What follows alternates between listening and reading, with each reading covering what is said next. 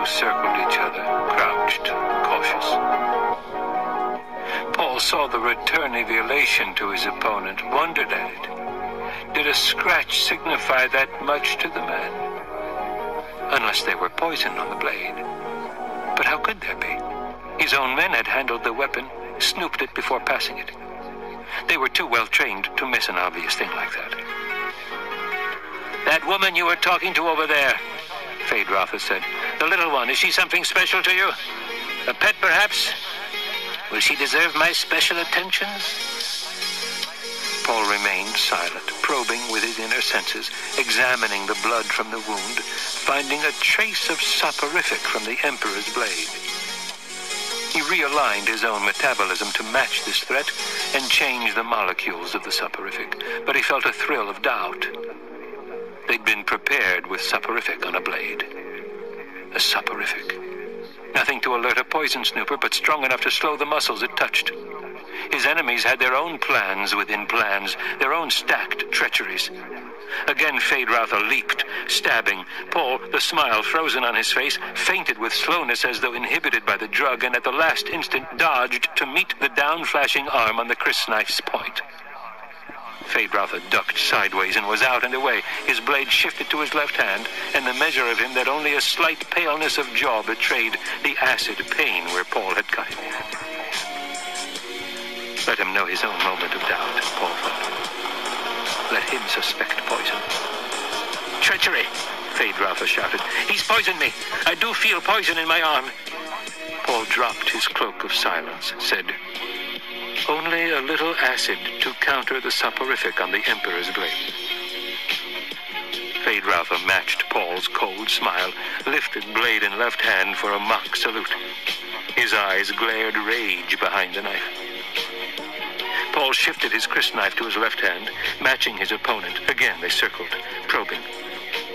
Feyd-Rautha began closing the space between them, edging in, knife held high, anger showing itself in squint of eye and set of jaw. He feinted right and under, and they were pressed against each other, knife hands gripped, straining. Paul, cautious of Feyd-Rautha's right hip where he suspected a poison flip dart, forced the turn to the right. He almost failed to see the needle point flick out beneath the belt line. A shift and a giving in Feyd-Rautha's motion warned him. The tiny point missed Paul's flesh by the barest fraction. On the left hip. Treachery within treachery within treachery, Paul reminded himself. Using Bene Gesserit-trained muscles, he sagged to catch a reflex in Feyd-Rautha, but the necessity of avoiding the tiny point jutting from his opponent's hip threw Paul off just enough that he missed his footing and found himself thrown hard to the floor, Feyd-Rautha on top. "You see it there on my hip?" Feyd-Rautha whispered. "Your death, fool!" And he began twisting himself around, forcing the poisoned needle closer and closer. "It'll stop your muscles, and my knife will finish you. There'll be never a trace left to detect."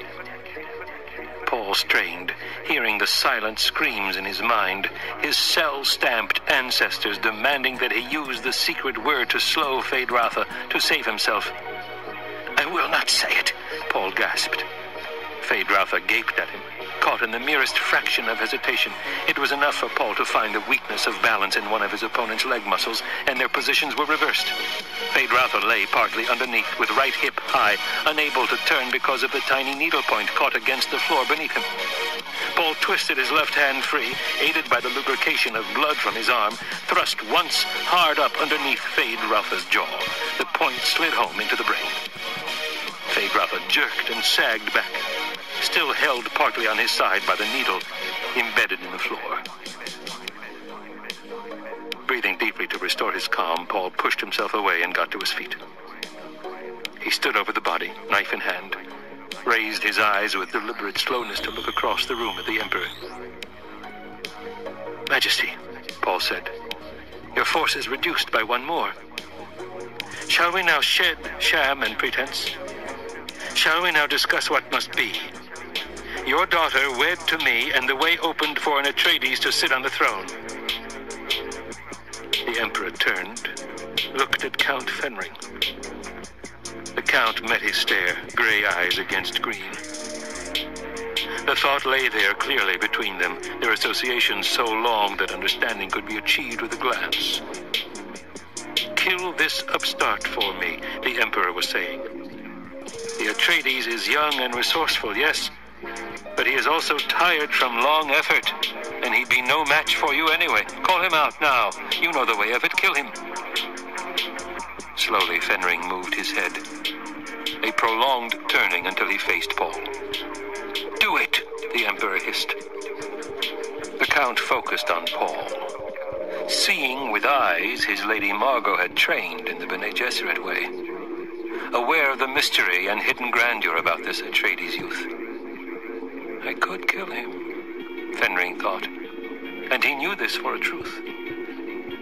Something in his own secretive depths stayed the Count then, and he glimpsed briefly, inadequately, the advantage he held over Paul, a way of hiding from the youth, a furtiveness of person and motives that no eye could penetrate. Paul, aware of some of this from the way the time nexus boiled, understood at last why he had never seen Fenring along the webs of prescience.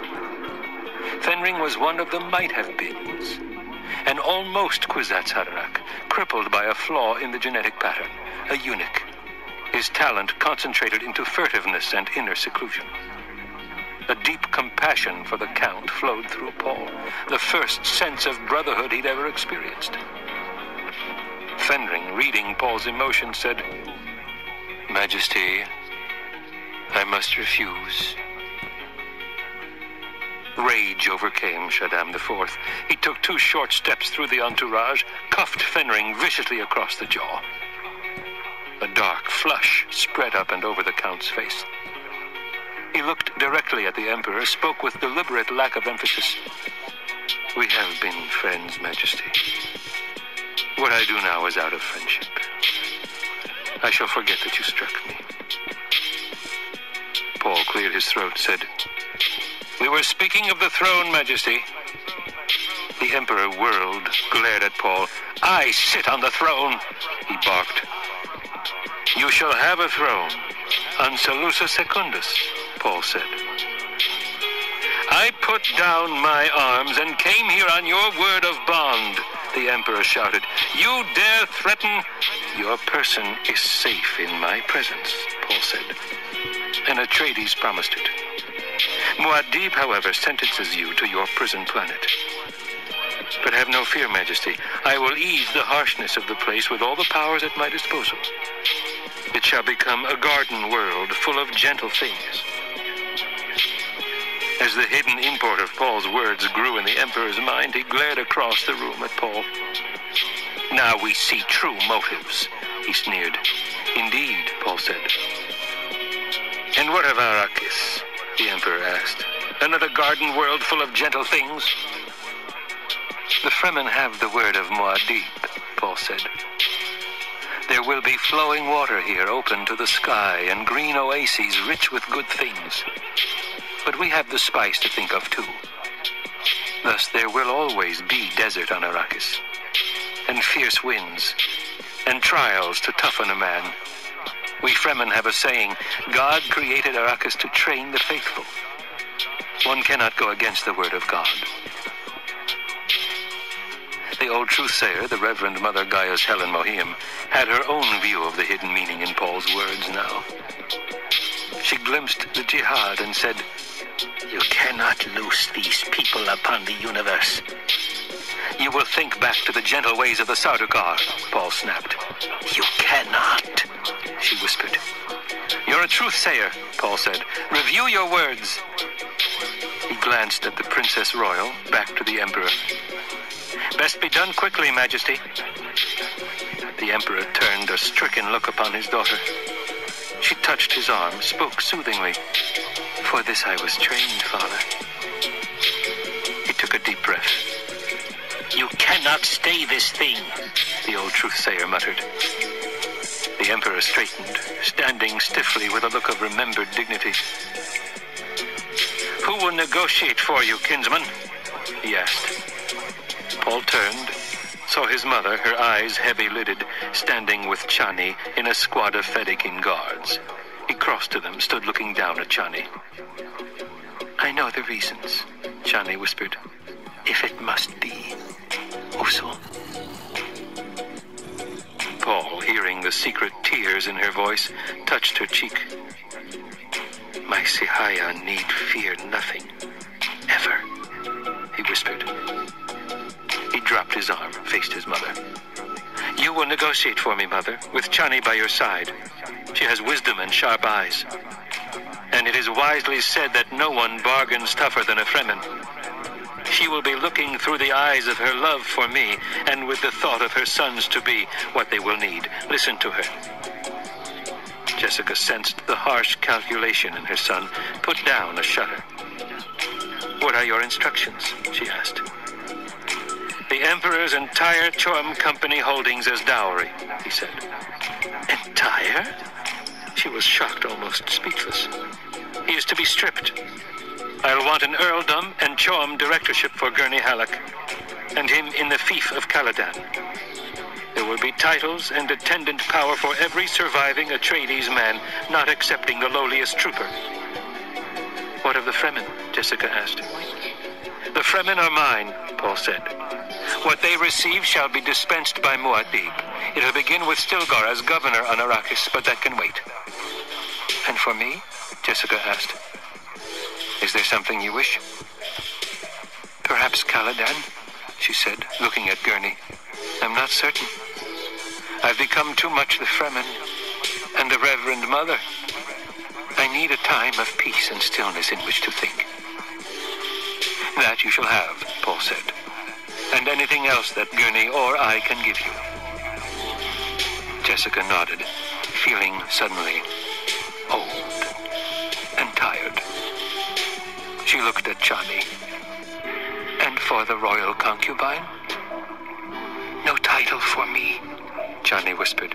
Nothing, I beg of you. Paul stared down into her eyes, remembering her suddenly as she had stood once with little Leto in her arms, their child now dead in this violence. I swear to you now, he whispered, that you'll need no title. That woman over there will be my wife, and you but a concubine, because this is a political thing, and we must weld peace out of this moment. Enlist the great houses of the Landsraad. We must obey the forms, yet that princess shall have no more of me than my name. No child of mine, nor touch, nor softness of glance, nor instant of desire. So you say now, Chani said. She glanced across the room at the tall princess. Do you know so little of my son? Jessica whispered. See that princess standing there so haughty and confident. They say she has pretensions of a literary nature. Let us hope she finds solace in such things. She'll have little else. A bitter laugh escaped Jessica. Think on it, Chani. That princess will have the name, yet she'll live as less than a concubine, never to know a moment of tenderness from the man to whom she's bound. While we, Chani, we who carry the name of concubine, history will call us wives. The end. Narrated by George Goodell, with Davina Porter as Princess Irulan. From a very young age, Frank Herbert knew he wanted to be a writer. Before devoting his full attention to his novels, he spent some 30 years as a newspaper editor and reporter in various locales on the West Coast. He continued in this profession even after the success of Dune in 1965. In addition, Frank Herbert also engaged in study and special research into psychology, arid lands, photography, ecology, alternative energies, and education. He is the author of over 20 books, in addition to the Dune series. He died in 1986. Recorded Books would like to thank his son Brian Herbert for his assistance with the pronunciations in this book. The following are 3 appendices included by Frank Herbert on the ecology and religion of Dune, and the motives of the Bene Gesserit.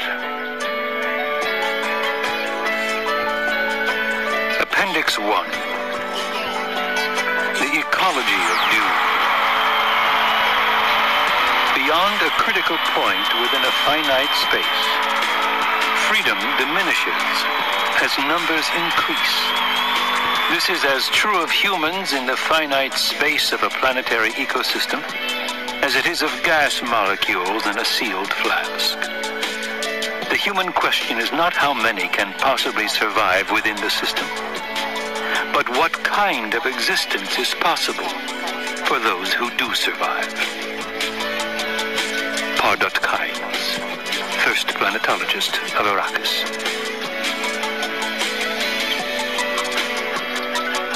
The effect of Arrakis on the mind of a newcomer usually is that of overpowering barren land. The stranger might think nothing could live or grow in the open here, that this was the true wasteland that had never been fertile and never would be. To Pardot Kynes, the planet was merely an expression of energy, a machine being driven by its sun. What it needed was reshaping to fit it to man's needs. His mind went directly to the free-moving human population, the Fremen. What a challenge. What a tool they could be. Fremen, an ecological and geological force of almost unlimited potential. A direct and simple man in many ways, Pardot Kynes. One must evade Harkonnen restrictions? Excellent. Then one marries a Fremen woman. When she gives you a Fremen son, you begin with him, with Liet Kynes and the other children, teaching them ecological literacy, creating a new language with symbols that arm the mind to manipulate an entire landscape, its climate, seasonal limits, and finally, to break through all ideas of force into the dazzling awareness of order. There's an internally recognized beauty of motion and balance on any man-healthy planet, Kynes said. You see in this beauty a dynamic, stabilizing effect essential to all life. Its aim is simple, to maintain and produce coordinated patterns of greater and greater diversity. Life improves the closed system's capacity to sustain life. Life, all life, is in the service of life. Necessary nutrients are made available to life by life in greater and greater richness as the diversity of life increases. The entire landscape comes alive, filled with relationships and relationships within relationships. This was Pardot Kynes lecturing to a C.H. Warren class. Before the lectures, though, he had to convince the Fremen. To understand how this came about, you must first understand the enormous single-mindedness, the innocence with which he approached any problem. He was not naive, he merely permitted himself no distractions. He was exploring the Arrakis landscape in a one-man ground car one hot afternoon when he stumbled onto a deplorably common scene. 6 Harkonnen bravos, shielded and fully armed, had trapped 3 Fremen youths in the open behind the shield wall near the village of Windsack. To Kynes, it was a ding-dong battle, more slapstick than real, until he focused on the fact that the Harkonnens intended to kill the Fremen. By this time, one of the youths was down with a severed artery. 2 of the bravos were down as well, but it was still 4 armed men against 2 striplings. Kynes wasn't brave. He merely had that single-mindedness and caution. The Harkonnens were killing Fremen. They were destroying the tools with which he intended to remake a planet. He triggered his own shield, waded in, and had 2 of the Harkonnens dead with a slip tip before they knew anyone was behind him. He dodged a sword thrust from one of the others, slit the man's throat with a neat entresol, and left the lone remaining bravo to the 2 Fremen youths, turning his full attention to saving the lad on the ground. And save the lad he did, while the 6th Harkonnen was being dispatched. Now here was a pretty kettle of sand trout. The Fremen didn't know what to make of Kynes. They knew who he was, of course. No man arrived on Arrakis without a full dossier finding its way into the Fremen strongholds. They knew him. He was an Imperial servant. But he killed Harkonnens. Adults might have shrugged and, with some regret, sent his shade to join those of the 6 dead men on the ground. But these Fremen were inexperienced youths, and all they could see was that they owed this imperial servant a mortal obligation. Kynes wound up 2 days later in a sietch that looked down on Wind Pass. To him it was all very natural. He talked to the Fremen about water, about dunes anchored by grass, about palmeries filled with date palms, about open qanats flowing across the desert. He talked and talked and talked. All around him raged a debate that Kynes never saw. What to do with this madman? He knew the location of a major sietch. What to do? What of his words, this mad talk about a paradise on Arrakis? Just talk. He knows too much. But he killed Harkonnens. What of the water burden? When did we owe the Imperium anything? He killed Harkonnens. Anyone can kill Harkonnens. I have done it myself. But what of this talk about the flowering of Arrakis? Very simple. Where's the water for this? He says it is here, and he did save 3 of ours. He saved 3 fools who had put themselves in the way of the Harkonnen fist, and he has seen crysknives. The necessary decision was known for hours before it was voiced. The Tau of a sietch tells its members what they must do. Even the most brutal necessity is known. An experienced fighter was sent with a consecrated knife to do the job. 2 watermen followed him to get the water from the body. Brutal necessity. It's doubtful that Kynes even focused on his would-be executioner. He was talking to a group that spread around him at a cautious distance. He walked as he talked, a short circle, gesturing. Open water, Kynes said. Walk in the open without still suits. Water for dipping it out of a pond. Portugals. The knife man confronted him. Remove yourself, Kynes said, and went on talking about secret wind traps. He brushed past the man. Kynes' back stood open for the ceremonial blow. What went on in that would-be executioner's mind cannot be known now. Did he finally listen to Kynes and believe? Who knows? But what he did is a matter of record. Uliet was his name, older Liet. Uliet walked 3 paces and deliberately fell on his own knife, thus removing himself. Suicide? Some say Shai Hulud moved him. Talk about omens. From that instant, Kynes had but to point, saying, "Go there."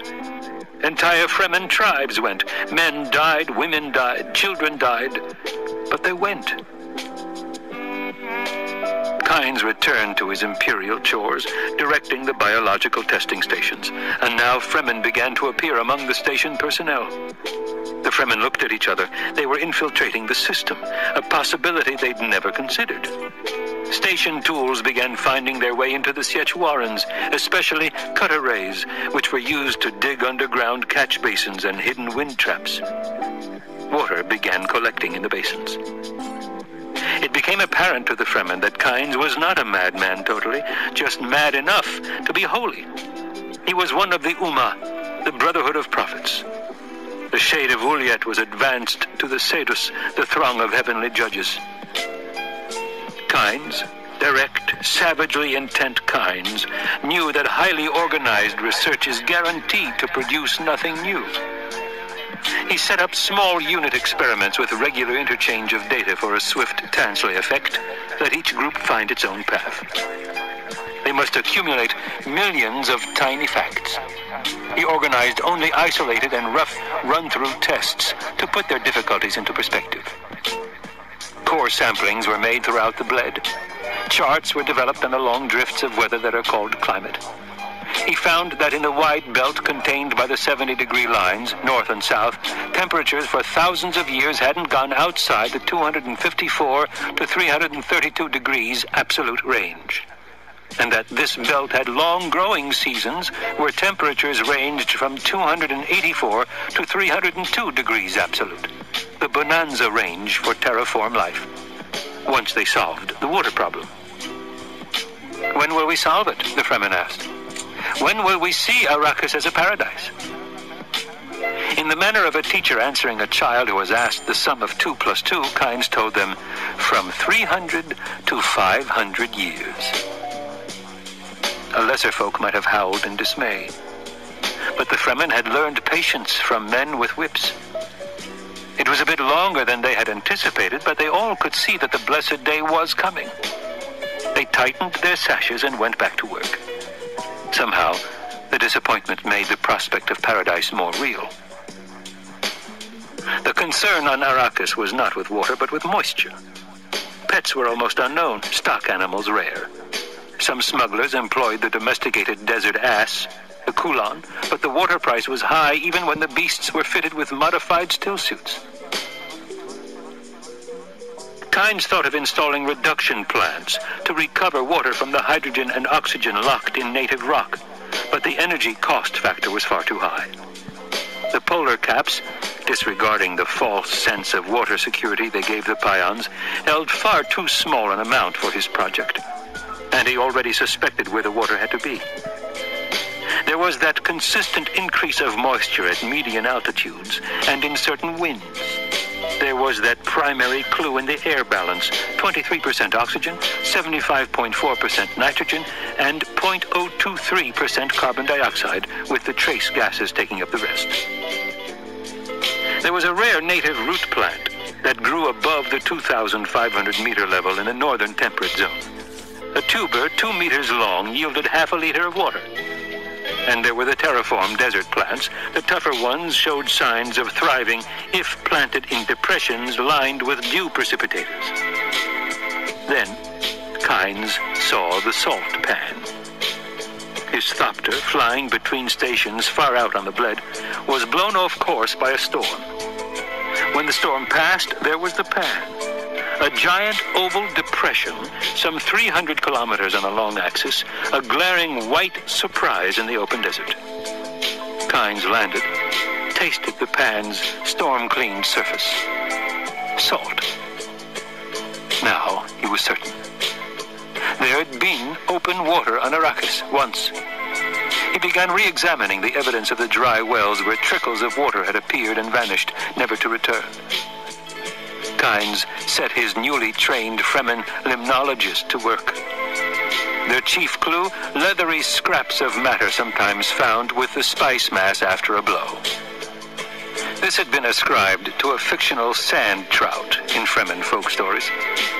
As facts grew into evidence, a creature emerged to explain these leathery scraps, a sand swimmer that blocked off water into fertile pockets within the porous lower strata below the 280-degree absolute line.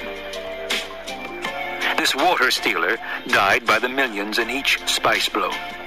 A 5-degree change in temperature could kill it. The few survivors entered a semi-dormant cyst hibernation to emerge in 6 years as small, about 3 meters long, sandworms. Of these, only a few avoided their larger brothers and pre-spice water pockets to emerge into maturity as the giant Shai-Hulud. Water is poisonous to Shai-Hulud, as the Fremen had long known from drowning the rare stunted worm of the minor erg to produce the awareness spectrum narcotic they call water of life. The stunted worm is a primitive form of Shai-Hulud that reaches a length of only about 9 meters. Now they had the circular relationship. Little maker to pre-spice mass. Little maker to Shai-Hulud. Shai-Hulud to scatter the spice upon which fed microscopic creatures called sand plankton. The sand plankton, food for Shai-Hulud, growing, burrowing, becoming little makers. Kynes and his people turned their attention from these great relationships and focused now on microecology. First, the climate. The sand surface often reached temperatures of 344 degrees to 350 degrees, absolute. A foot below ground, it might be 55 degrees cooler. A foot above ground, 25 degrees cooler. Leaves or black shade could provide another 18 degrees of cooling. Next, the nutrients. Sand of Arrakis is mostly a product of worm digestion. Dust, the truly omnipresent problem there, is produced by the constant surface creep, the saltation movement of sand. Coarse grains are found on the downwind sides of dunes. The windward side is packed smooth and hard. Old dunes are yellow, oxidized. Young dunes are the color of the parent rock, usually gray.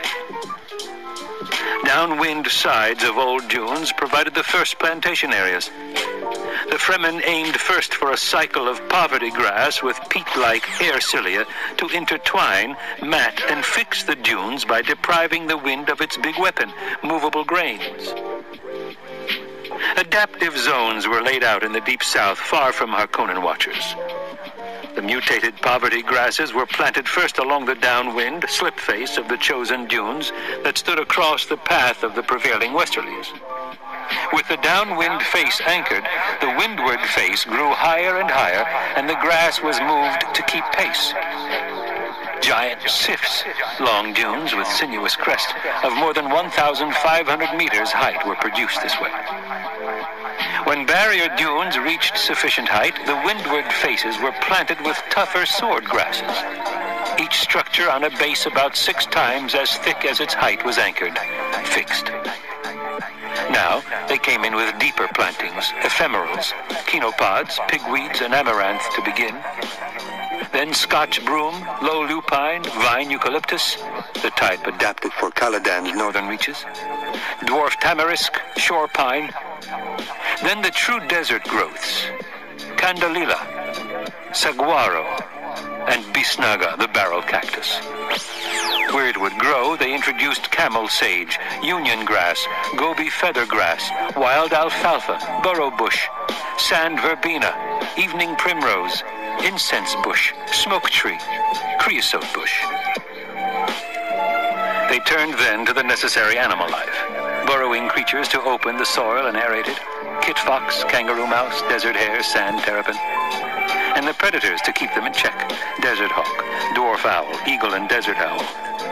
And insects to fill the niches these couldn't reach, scorpion, centipede, trapdoor spider, the biting wasp, and the wormfly, and the desert bat to keep watch on these.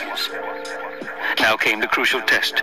Date palms, cotton, melons, coffee, medicinals, more than 200 selected food plant types to test and adapt.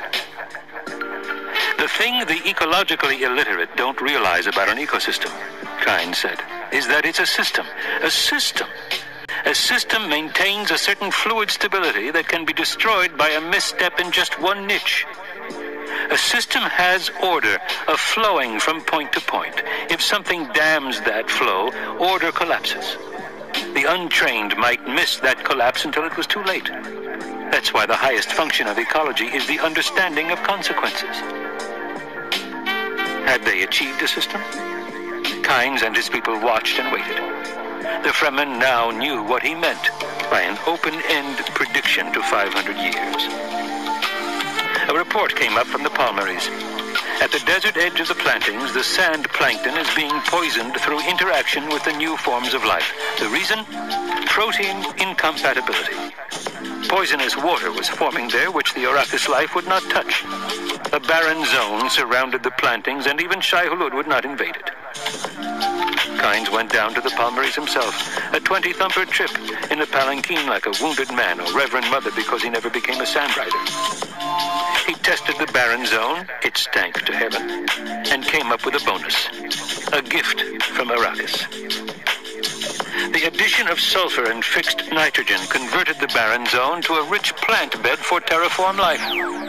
The plantings could be advanced at will. Does this change the timing, the Fremen asked. Kynes went back to his planetary formulae. Wind-trap figures were fairly secure by then. He was generous with his allowances, knowing he couldn't draw neat lines around ecological problems.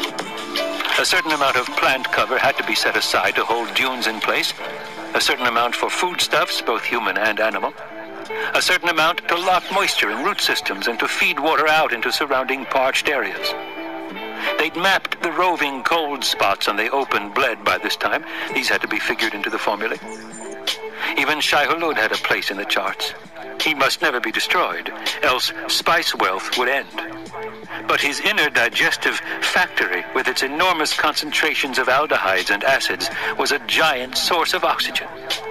A medium worm, about 200 meters long, discharged into the atmosphere as much oxygen as 10 square kilometers of green-growing photosynthesis surface. He had the Guild to consider. The spice bribe to the Guild for preventing weather satellites and other watchers in the skies of Arrakis already had reached major proportions.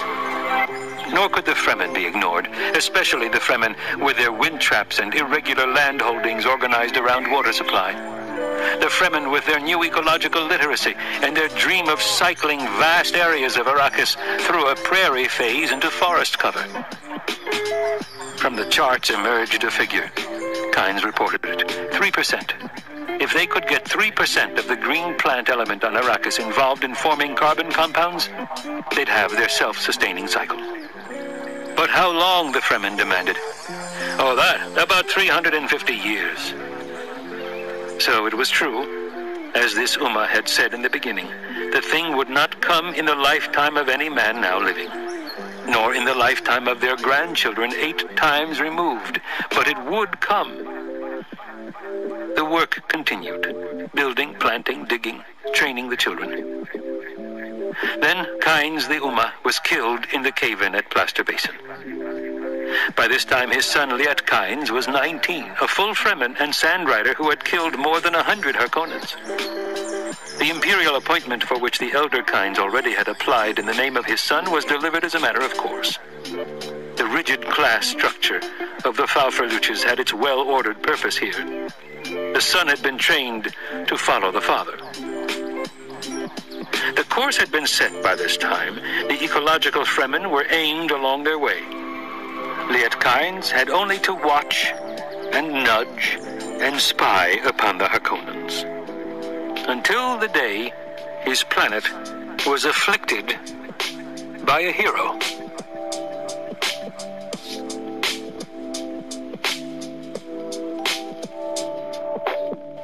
Appendix 2. The Religion of Dune. Before the coming of Muad'Dib, the Fremen of Arrakis practiced a religion whose roots in the Ma'ometh Sa'ari are there for any scholar to see.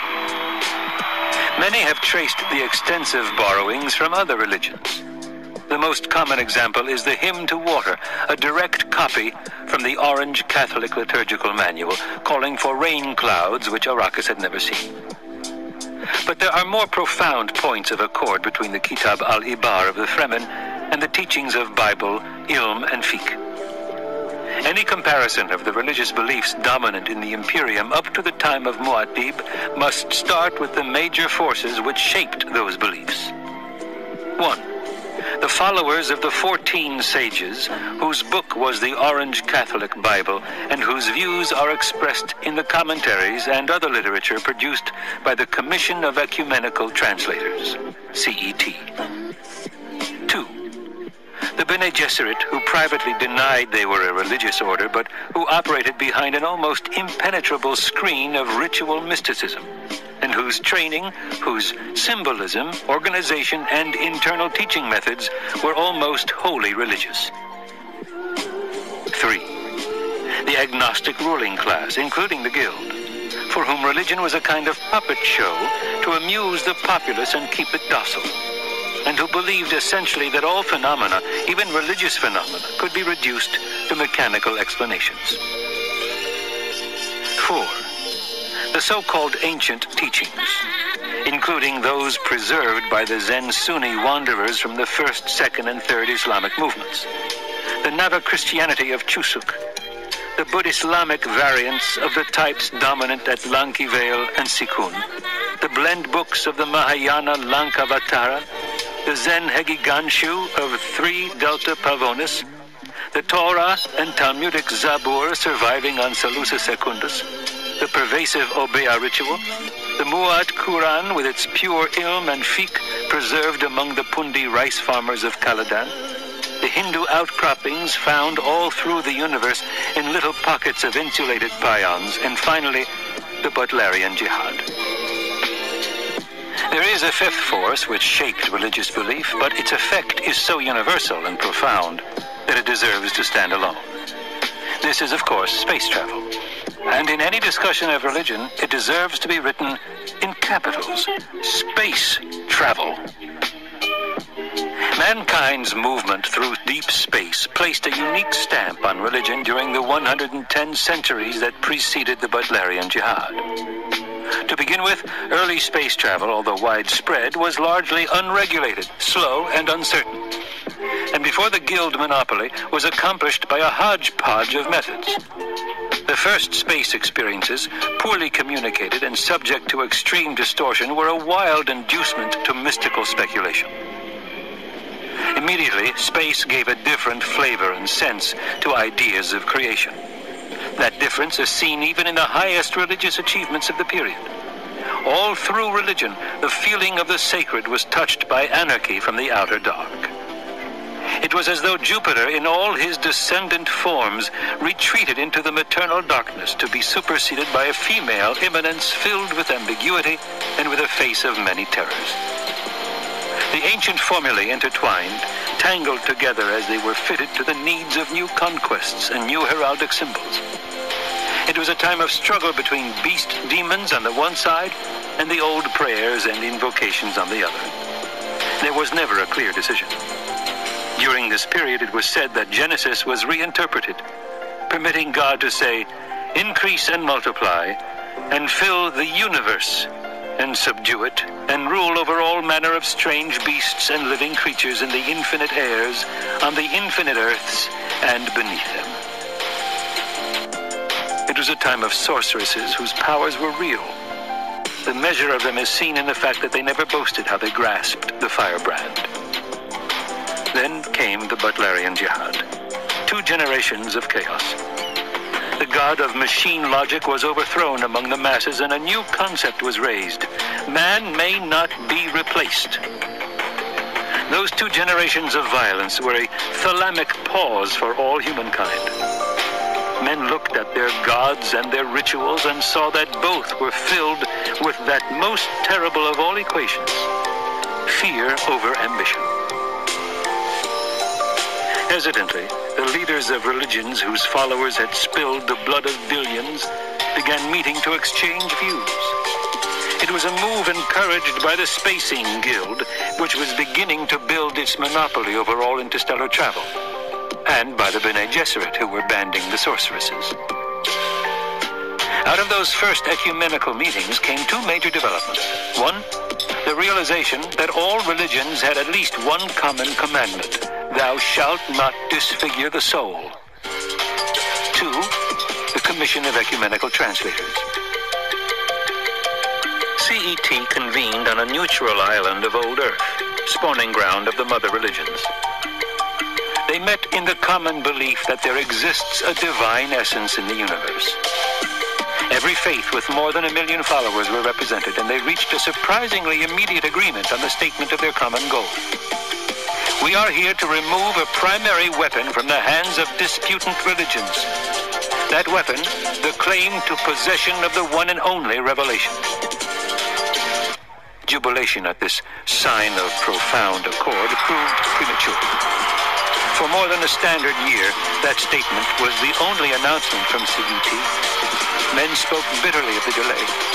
Troubadours composed witty, biting songs about the 121 old cranks, as the CET delegates came to be called. The name arose from a ribald joke which played on the CET initials and called the delegates Cranks Effing Turners. One of the songs, Brown Repose, has undergone periodic revival and is popular even today.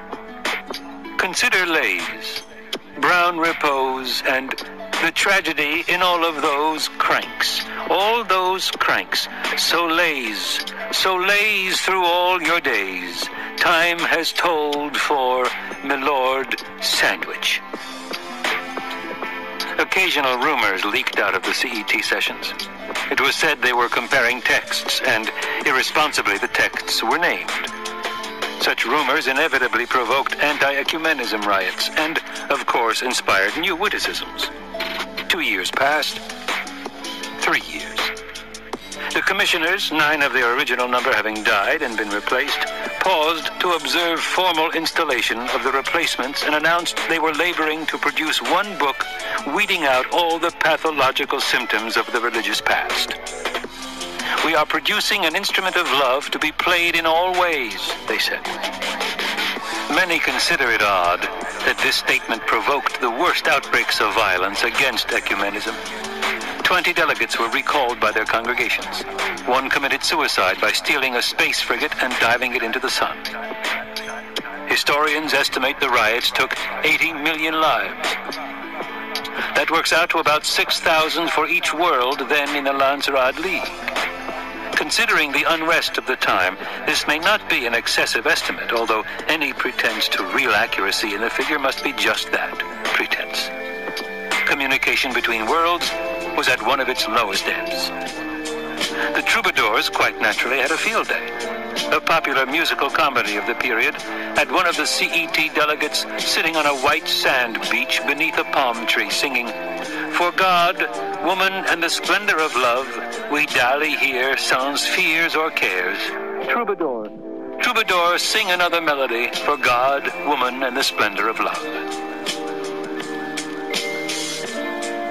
Riots and comedy are but symptoms of the times, profoundly revealing. They betray the psychological tone, the deep uncertainties, and the striving for something better, plus the fear that nothing would come of it all. The major dams against anarchy in these times were the Embryo Guild, the Bene Gesserit, and the Landsraad, which continued its 2,000-year record of meeting in spite of the severest obstacles. The Guild's part appears clear. They gave free transport for all Landsraad and CET business. The Bene Gesserit role is more obscure. Certainly, this is the time in which they consolidated their hold upon the sorceresses, explored the subtle narcotics, developed prana bindu training, and conceived the Missionaria Protectiva, that black arm of superstition. But it is also the period that saw the composing of the litany against fear, and the assembly of the Azhar book, that bibliographic marvel that preserves the great secrets of the most ancient faiths. Ingsley's comment is perhaps the only one possible. Those were times of deep paradox. For almost 7 years then, CET labored. And as their 7th anniversary approached, they prepared the human universe for a momentous announcement. On that 7th anniversary, they unveiled the Orange Catholic Bible. Here is a work with dignity and meaning, they said. Here is a way to make humanity aware of itself as a total creation of God. The men of CET were likened to archaeologists of ideas, inspired by God and the grandeur of rediscovery. It was said they had brought to light the vitality of great ideals overlaid by the deposits of centuries, that they had sharpened the moral imperatives that come out of a religious conscience.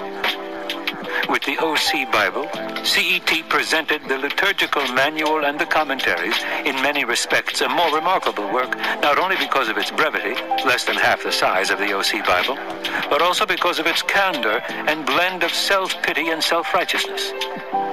The beginning is an obvious appeal to the agnostic rulers. Men, finding no answers to the Sunan, the 10,000 religious questions from the Sharia, now apply their own reasoning. All men seek to be enlightened. Religion is but the most ancient and honorable way in which men have striven to make sense out of God's universe. Scientists seek the lawfulness of events. It is the task of religion to fit man into this lawfulness. In their conclusion, though, the commentaries set a harsh tone that very likely foretold their fate. Much that was called religion has carried an unconscious attitude of hostility toward life. True religion must teach that life is filled with joys pleasing to the eye of God, that knowledge without action is empty. All men must see that the teaching of religion by rules and rote is largely a hoax. The proper teaching is recognized with ease. You can know it without fail because it awakens within you that sensation which tells you this is something you've always known. There was an odd sense of calm as the presses and sugar wire imprinters rolled and the OC Bible spread out through the worlds. Some interpreted this as a sign from God, an omen of unity. But even the CET delegates betrayed the fiction of that calm as they returned to their respective congregations. 18 of them were lynched within 2 months. 53 recanted within the year. The OC Bible was denounced as a work produced by the hubris of reason. It was said that its pages were filled with a seductive interest in logic. Revisions that catered to popular bigotry began appearing. These revisions leaned on accepted symbolisms: cross, crescent, feather rattle, the 12 saints, the thin Buddha, and the like. And it soon became apparent that the ancient superstitions and beliefs had not been absorbed by the new ecumenism. Holloway's label for CET's 7-year effort, galactophasic determinism, was snapped up by eager billions who interpreted the initials GD as God-damned. CET chairman Toure Bomoko, a ulema of the Senzunis and one of the 14 delegates who never recanted, the 14 sages of popular history, appeared to admit finally the CET had erred. "We shouldn't have tried to create new symbols," he said.